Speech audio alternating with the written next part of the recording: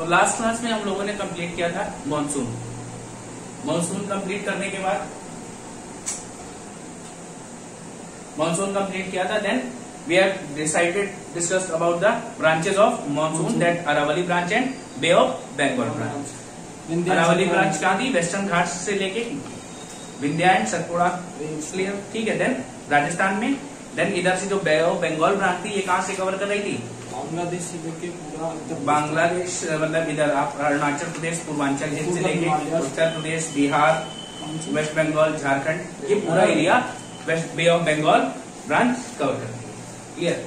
अभी क्या मॉनसून का पार्ट तो हो गया, तभी हमें क्या करने हैं? Coupled phenomena, atmosphere related coupled phenomena.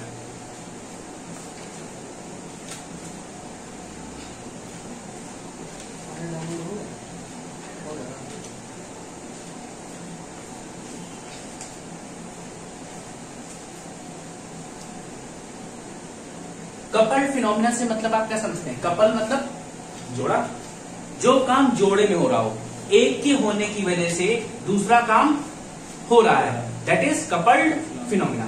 थप्पड़ मारा तो दर्द होगा, थप्पड़ मारने की वजह से क्या होगा? दर्द होगा। या चोट लगी तो दर्द होगा, तो ये क्या हो रहा है? चोट लगने की वजह से दर्द हो रहा है, तो दोनों काम एक कपल्ड फिनोमिना है। ऐसे ही हम कपल्ड फिनोमिना का एक चीज पढ़ते क्या, जैसे आपका क्या है? इक्वेटर है, इक्वेटर इज ट्रॉपिकल रीजन। यहाँ पे विंड चलती है कौन सी?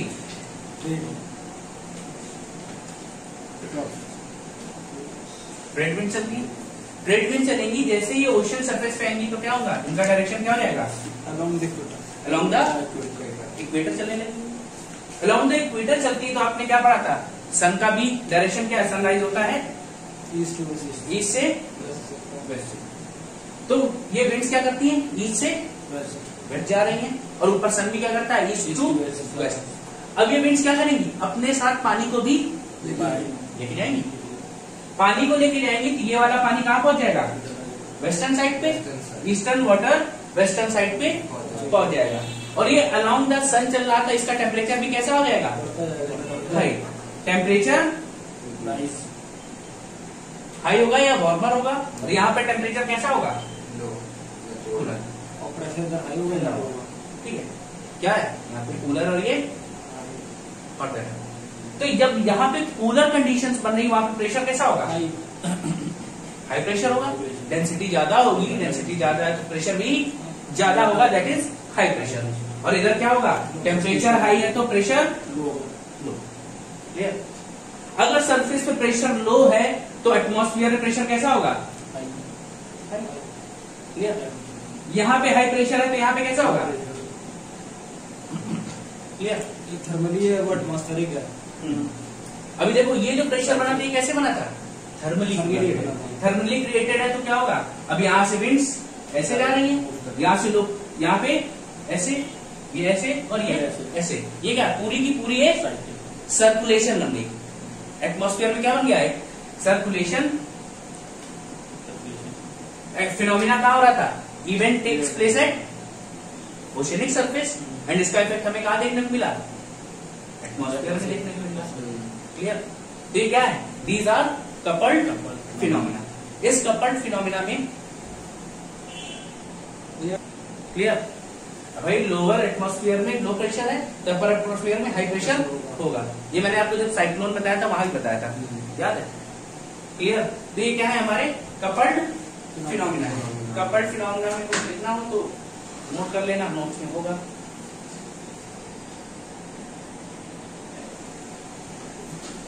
देन अब हमें क्या करना है? Different oceanic atmosphere coupled phenomenas.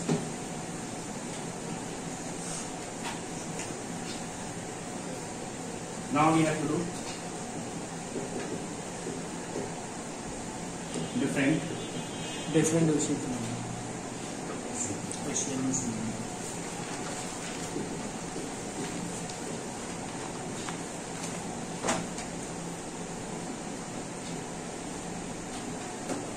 atmosphere coupled phenomena in world ocean other regions.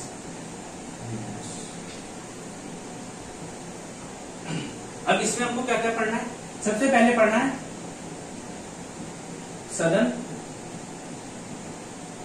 Pacific ocean की बात करें। सदर्न पैसिफिक ओशियन में हम पढ़ेंगे क्या क्या? El Nino and La Nino. El Nino La Nino, ये दो इफेक्ट है, El Nino and La Nino. Then इसके बाद पढ़ना है Pacific decadal oscillation. Pacific decadal oscillation ये सदर्न पैसिफिक में था। फिर उसके बाद नॉर्थ पैसिफिक में, इसमें क्या है? मोडोकी। मोडोकी इफेक्ट या इसी को बोलते हैं Modoki, El Nino and Modoki La. Then इसके बाद और क्या पढ़ना है आपको साथ में? इंडियन ओशियन में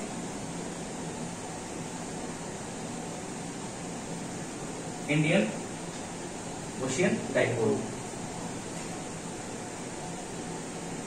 इंडियन ओशियन डाइपोल के बाद पढ़ेंगे नॉर्थ अटलांटिक में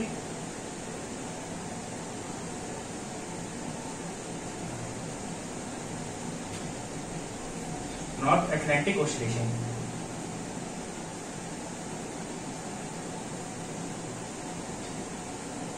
नॉर्थ अटलांटिक ऑसिलेशन ये हमें क्या पढ़ना है? ये तो ओशियंस में पढ़ने, क्लियर? ये कहां पढ़ने? ओशियंस में क्या क्या पढ़ना है? El Nino, La Nino, Modoki El Nino, then Modoki La Nino, then Indian Ocean dipole, then North Atlantic oscillation. Clear है?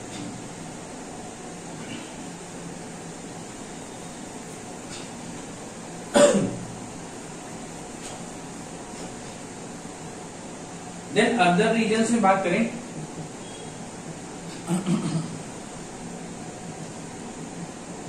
अदर रीजन्स में कहा ओशियंस के अलावा अगर हम रीजन्स की बात करें तो हम क्या बात कर रहे हैं? In tropical region. यहां पे हमें क्या पढ़ना है? Maiden Julian oscillation. बेसिकली क्या है? ये ट्रॉपिकल रीजन में होती है और ये स्टेबल नहीं है, it move from west to east. ठीक है, इसमें क्या है? It is not, it is movable. कभी रुकती है, बताएंगे पूरा पढ़ेंगे। Madden Julian effect move from west to east. तो सबसे पहले हम बात करते हैं साउथ पैसिफिक ओशियन की। क्लियर? इसमें नोट करना है।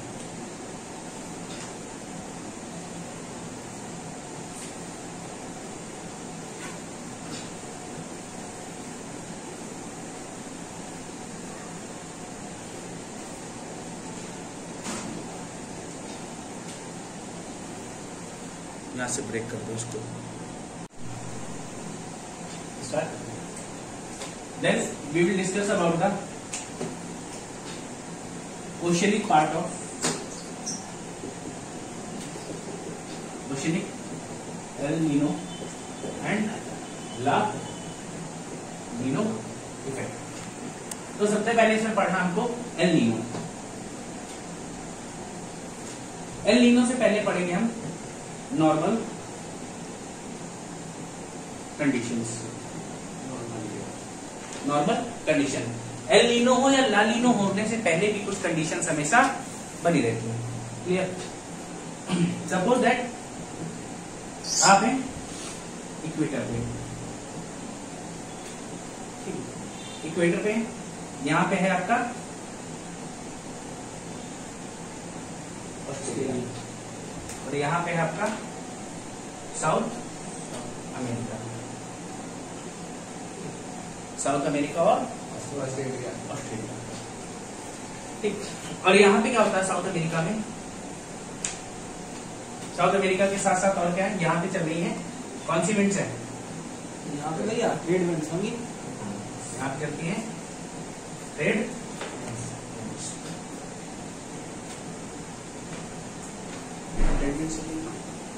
ट्रेड विंड चलेगी।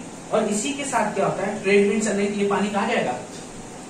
साउथ अमेरिका से ऑस्ट्रेलिया, साउथ अमेरिका से ऑस्ट्रेलिया की तरफ बढ़ता है। साउथ अमेरिका में ये कोस्ट कौन सा है? Peruvian coast. बेसिकली हम लोग पेरुवियन कोस्ट की क्यों बात कर रहे हैं? क्योंकि यहाँ पे पेरू में क्या है, एक जो हमारे टेम्परेचर को किससे किससे इफेक्टेड होता है? कौन सा टेम्परेचर? कोई भी टेम्परेचर किससे किससे इफेक्टेड होता है? टेम्परेचर किससे इससे? टेम्परेचर एटमॉस्फेरिक कंडीशन से, कॉन्टिनेंटलिटी बढ़ाता है और कोल्ड करंट करंट्स होती हैं, उसके होता है मूवमेंट, मोशन, मूवमेंट लेस होता है। ठीक है। ऐसे क्या है, यहाँ पे पेरू में एक करंट आती है, ठीक है। इस यहाँ पे कौन सी है? कोल्ड करंट है, दैट इज हम्बोल्ट, और इसी को हम लोग बोलते हैं पेरुवियन करंट। अब क्या हो रहा था, साउथ अमेरिकन कोस्ट से पानी जा रहा था ऑस्ट्रेलिया की तरफ। ऑस्ट्रेलिया की तरफ जा रहा था, यहाँ पे पानी क्या हो गया? कम हो गया। यहाँ पे पानी कम हो गया तो क्या हुआ, नीचे से पेरुवियन करंट पानी ऊपर ला रहा है, ठीक है। जो पेरुवियन करंट पानी नीचे से ऊपर ला रहा है, this is known as upwelling. इसको क्या बोलते हैं? Upwelling. Bringing up of water through Peruvian current, या किसी भी करंट से पानी क्या हो रहा है, एक स्पेस खाली हो रही है और नीचे से पानी आ रहा है, दैट इज अपवेलिंग। ये पेरुवियन करंट कहाँ से पानी ला रहा है? पेरुवियन करंट अंटार्कटिका के पास से आ रहा है, कोल्ड करंट है। नीचे क्या है, अंटार्कटिका ही तो है, अंटार्कटिका के पास से पानी ला रहा है, कोल्ड करंट है। कोल्ड करंट है, तो अपने साथ कैसा पानी ला रही है? ठंडा पानी ला रही है। और यहाँ पे क्या हो रहा है, यहाँ पे ईस्टर्लीज चल रही है, ट्रेड विंड्स है। ट्रेड विंड्स क्या कर रही है, साउथ अमेरिका से ऑस्ट्रेलिया की तरफ विंड्स को लिए जा रही है। ऑस्ट्रेलिया की तरफ विंड्स लिए जा रही है, तो ये यहाँ पे क्या होगा, धीरे धीरे पानी आना स्टार्ट हो जाएगा। यहाँ पे टेम्परेचर कैसा होगा? कूल। यहाँ पे टेम्परेचर कूल होगा, और यहाँ पे टेम्परेचर पानी इकट्ठा होगा। ऑन ऑस्ट्रेलिया को टेम्परेचर हॉट और वार्म। क्लियर? टेम्परेचर क्या होगा, हॉट और वार्म। अब यहाँ पे पानी कंडीशन कूल है, और ये क्या होता है, ये जो पेरुवियन करंट आ रही है, ये साउथ अमेरिका की जो कॉन्टिनेंटल शेल्फ है, यहाँ पे क्या है, बहुत सारे मिनरल्स हैं। क्या है, बहुत सारे मिनरल्स हैं, और ये इन मिनरल्स को क्या करती है, अपने साथ ले जाएगी। और ये क्या है, हॉट वाटर होगा, थोड़ा सा कोल्ड वाटर होगा, दोनों आपस में मिक्स होते हैं। इसी मिक्सिंग में क्या होगा, ये न्यूट्रिएंट्स भी मिक्स होने लगते हैं। और जैसे ही ये न्यूट्रिएंट्स मिक्स होते हैं, यहाँ पे क्या होगी, ढेर सारी फिशेस। यहाँ पे क्या होंगी, ढेर सारी फिशेज आ जाती हैं। बेसिकली यहाँ पे फिशेज जो आती है वो कौन सी, एंकोवीज फिशेज हैं। कोल्ड वाटर नहीं, मिनरल्स की वजह से कोल्ड वाटर और हॉट वाटर मिक्स और स्टेन हो रहे हैं, और इसी में क्या हुआ, मिनरल्स भी मिक्स होने लगे। और वो मिनरल्स क्या है, फिशेस के लिए काम की चीज है। तो फिशेस बाहर आ गए। फिशेस बाहर आए तो क्या हुआ, उन्होंने बढ़िया, यहाँ पे क्या होंगे, यहाँ के जो फार्मर्स हैं, फिशरमैन है, वो क्या कर रहे होंगे, बढ़िया फिशिंग करेंगे, मजे से खाना खा रहे हैं। ये बात है कब की, नवंबर। ये बात है नवंबर महीने की। तो क्या हुआ, पानी आया साउथ अमेरिकन कोस्ट से ऑस्ट्रेलियन कोस्ट पे। साउथ अमेरिकन कोस्ट पे पानी ठंडा है, ठीक है। क्यों, क्योंकि यहाँ पे पेरुवियन करंट नीचे से पानी ला रहा है, just because there is a gap, this causes upwelling of water, ठीक है। यहाँ पे टेम्परेचर कूलर, यहाँ पे टेम्परेचर ज्यादा है। यहाँ पे क्या हुआ, पानी की मिक्सिंग हुई, न्यूट्रिएंट्स मिक्स हुए, फिशेस ज्यादा है। फिशेस ज्यादा है तो फिशिंग हुई भी। नवंबर साइड ही ऑस्ट्रेलिया में समर सीजन स्टार्ट होता है, मानसून वाले भी, और इधर भी ऑस्ट्रेलिया में समर मानसून अक्टूबर नवंबर ये स्टार्ट होगा। ये बात क्लियर है यहाँ पे। अभी देखो क्या हुआ, ये पानी इधर आ रहा है, यहाँ पे ईस्टर्लीज भी है, तो क्या ये पानी वापस जाने का ट्राई करेगा, लेकिन ईस्टर्लीज की वजह से ये जा नहीं पाता है। लेकिन एक खराबी और है, इक्वेटर के पास एक रीजन बनता है, कौन सा रीजन है, डोल्ड्रम रीजन में ट्रेड विंड्स कैसी हो जाती हैं, वीक हो जाती है ना, ड्यू टू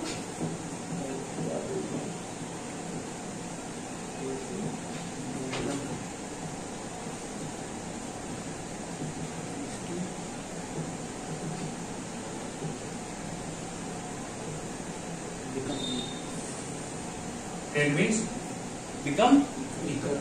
ट्रेड विंड्स कमजोर हो जाएंगी तो क्या होगा, ये पानी तो जनरली वापस जा नहीं पाता है, लेकिन थोड़ा सा पानी फिर भी वापस चला जाएगा, थोड़ा सा पानी फिर भी वापस चला जाएगा। Then this is known as counter equatorial current.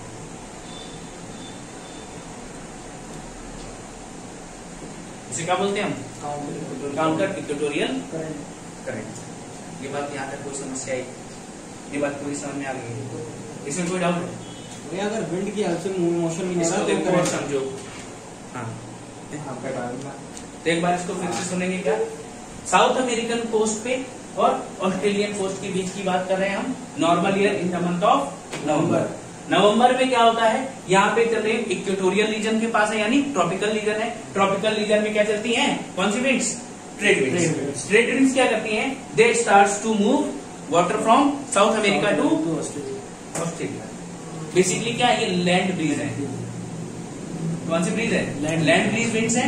Land breeze winds क्या कर रही है, इस पानी को साउथ अमेरिका से ऑस्ट्रेलियन कोस्ट तक ले जा रही है। जैसे जैसे ये पानी क्या होगा, साउथ अमेरिकन कोस्ट से कहां जा रहा है, ऑस्ट्रेलिया की तरफ। ऑस्ट्रेलिया की तरफ जाएगा तो यहाँ से क्या होगा, टेम्परेचर भी धीरे धीरे बढ़ता जाएगा और ऑस्ट्रेलिया के पास कैसा पानी इकट्ठा होगा, वार्मर वाटर। और यहाँ क्या होगा, साउथ अमेरिकन कोस्ट पे यहां से पानी चला गया है तो क्या हो रहा है, नीचे से पेरुवियन करंट आ रहा है। और ये पेरुवियन करंट क्या करता है, अपने साथ कोल्ड वाटर ले जाता है। और ये कोल्ड वाटर और यहाँ पे जो वाटर है दोनों आपस में मिक्स होते हैं। देखो पेरुवियन करंट का वाटर क्या होगा, जनरली जो वाटर यहाँ पे उससे ठंडा होगा, तो दोनों आपस में मिक्स होते हैं और स्टिर हो रहे होंगे। मिक्सिंग और स्टिरिंग के बीच में क्या है, यहाँ पे जो साउथ अमेरिकन कोस्ट पे या कॉन्टिनेंटल शेल्फ है, यहाँ कॉन्टिनेंटल शेल्फ पे ढेर सारे मिनरल्स हैं। वो मिनरल्स क्या करते हैं, पानी में मिक्सअप हो जाएंगे। और जैसे वो पानी में मिक्सअप होते हैं, यहाँ पे ढेर सारी फिशेज आती हैं। फिशेज आएंगी तो फार्मर्स को ढेर सारी फिशेज मिलती है और वो बहुत खुश रहते हैं, उनका बढ़िया काम होता है। क्लियर, कोई दिक्कत? This whole process takes how much time? Almost 6 month चलेगा। ठीक है, फिर क्या हुआ, इस पानी को यहाँ से लेके अभी ऑस्ट्रेलिया में पानी धीरे धीरे इकट्ठा होता जा रहा है। ऑस्ट्रेलिया में पानी इकट्ठा होता जा रहा है। पानी जब ऑस्ट्रेलिया में इकट्ठा हुआ तो क्या होगा, ये वापस भेजने का ट्राई करेगा। भाई बहुत ज्यादा कोई भी चीज कहती हो जाए तो वापस भेजना, लेकिन ट्रेड विंड की वजह से वापस नहीं भेज पाता। लेकिन भैया यहाँ पे क्या है, ये ट्रॉपिकल रीजन है। ट्रॉपिकल रीजन में एक रीजन और बनता है इक्वेटर के पास, that is doldrum region. Doldrum region जहां पर होता है वहां पे ट्रेड विंड्स वीक होती है। ट्रेड विंड्स वीक है, इसी वजह से थोड़ा पानी वापस चला जाता है। इसी को हम क्या बोलते हैं, काउंटर इक्वेटोरियल करंट। ये बात क्लियर है, कोई समस्या किसी को नहीं ना?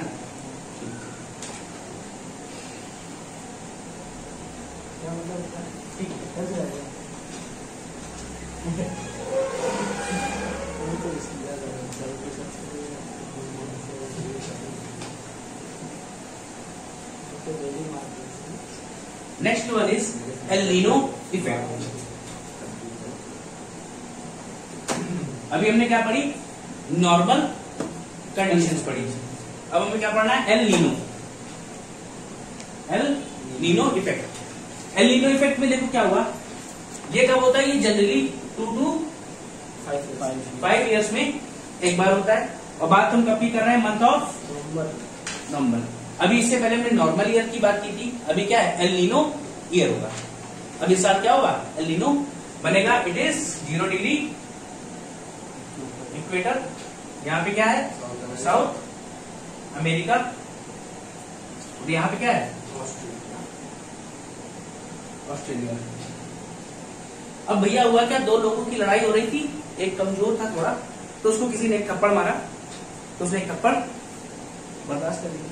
तो मजबूत है, ताकत है, उसने एक और मारा, फिर बर्दाश्त किया, फिर एक मारा, फिर बर्दाश्त किया, फिर चौथा मारा। अब क्या होगा, एक दे देगा वापस, कमजोर वाला थोड़ी देर बाद किसी आ जाएगा। तो अब तुम्हारी ऐसी तैसी इधर आओ, पहले तुमको भी देख लो। यही हाल यहाँ भी हुआ।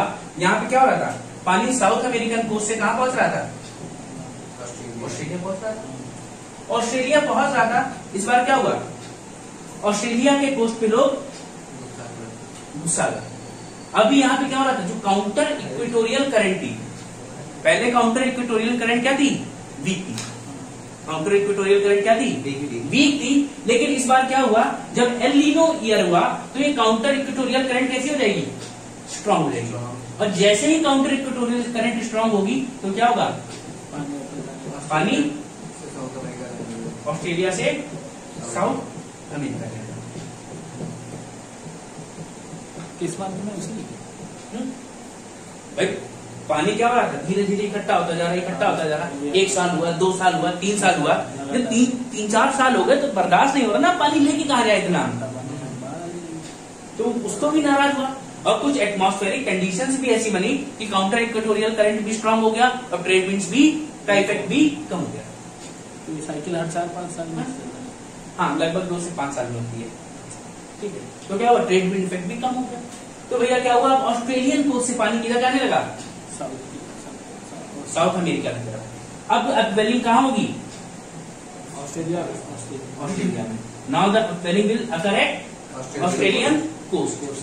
अभी यहाँ पे पानी का टेम्परेचर मान लिया कि इस समय कितना था, 22 डिग्री, लेकिन साउथ अमेरिका पहुंचते पहुंचते कितना हो जाएगा, लगभग बढ़ जाएगा, कुछ ना कुछ तो बढ़ जाएगा। भाई देखो पानी की क्षमता तो क्या है, 22, पानी का टेम्परेचर 22 डिग्री है, लेकिन एटमॉस्फेयर का टेम्परेचर 38 डिग्री। तो क्या ये तो अभी पानी और गर्म हो सकता है ना। आप कह रहे थे यहाँ पे कोल्ड है, यहाँ पे हॉट है, लेकिन यहाँ पे हॉट होने के बाद भी अभी क्या एटमॉस्फेयर के कंपैरिजन में गर्म है। तो भैया अभी विंड्स के थ्रू ये इधर जाएगा, हाँ विंड्स जा रहा है, लेकिन पानी इधर जाएगा तो क्या होगा, एटमॉस्फेयर से तो गर्म होगा ना, पानी गर्म होगा, पानी एटमॉस्फेयर से हीट ले रहा है, और गर्म होते होते कहाँ पहुंचेगा, साउथ अमेरिकन कोस्ट पे पहुंचेगा।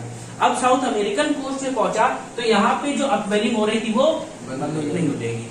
यहाँ पे क्या होगा, नो अपवेलिंग नहीं होगी तो मिक्सिंग ऑफ वाटर नहीं होगा।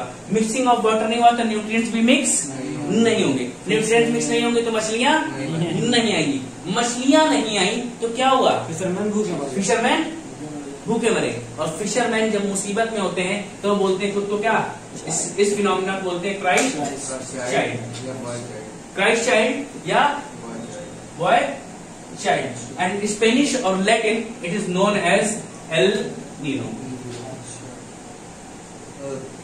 Spanish This upwelling is causing due to which current? Current नहीं, just because the water flows from Australia to South American coast. अब यहाँ पे क्या हो गया, यहाँ पे पानी कम हो गया ना, तो यहाँ पे अपवेलिंग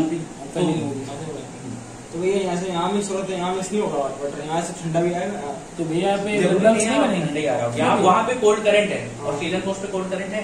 अच्छा यहाँ मिनरल्स नहीं बनेगा, क्या बोल, जैसे वहाँ पर मिनरल्स बन रहे थे तो आपकी ऑस्ट्रेलिया में कोस्ट में मिनरल्स नहीं बनेंगे, क्योंकि हॉट वाटर है और पानी की कंडीशंस ऐसी नहीं कि वो न्यूट्रिएंट्स।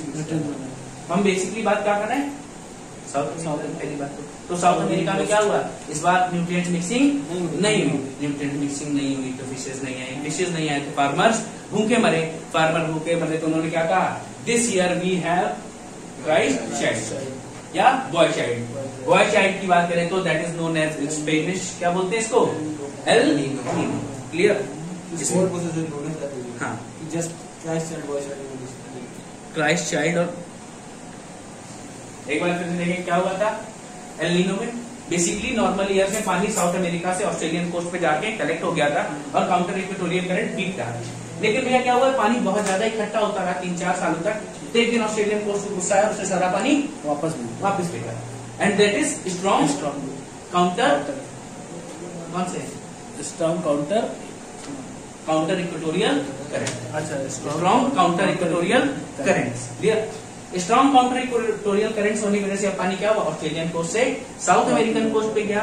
नाउ दिस टाइम जैसे ही साउथ अमेरिकन कोस्ट पे पहुंचा, it blocks the Peruvian upwelling.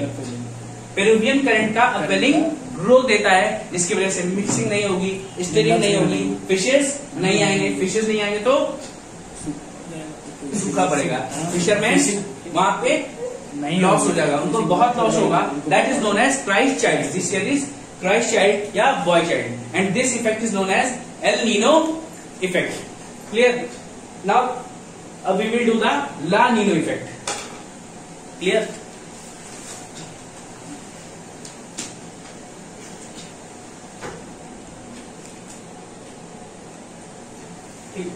Now La Nino effect क्या है? ला नीनो इफेक्ट क्या है? अभी क्या हो रहा था, ये ऑस्ट्रेलियन कोस्ट से साउथ अमेरिकन कोस्ट में आया। जो ला नीनो है it is like same as normal year, same as normal year but with stronger trade winds. क्या होगा? Stronger trade winds and stronger upwelling. यहां पे क्या हो रहा था, ला नीनो में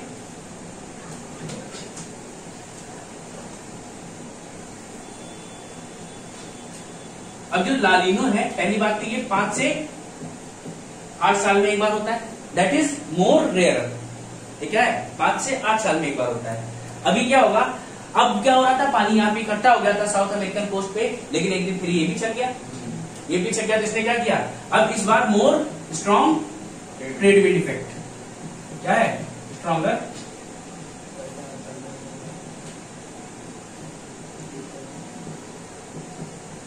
ट्रेड विंड इफेक्ट। यहां क्या है? स्ट्रॉन्गर ट्रेड विंड इफेक्ट होगा। Then stronger upwelling of Peruvian current. जैसे ही stronger upwelling of Peruvian current होगी तो यहां पे पानी भी कैसा हो जाएगा, more cooler. Water will be more cooler, that will cause more mixing, more nutrients, more fishes. और फिशेस को क्या मिलेंगे?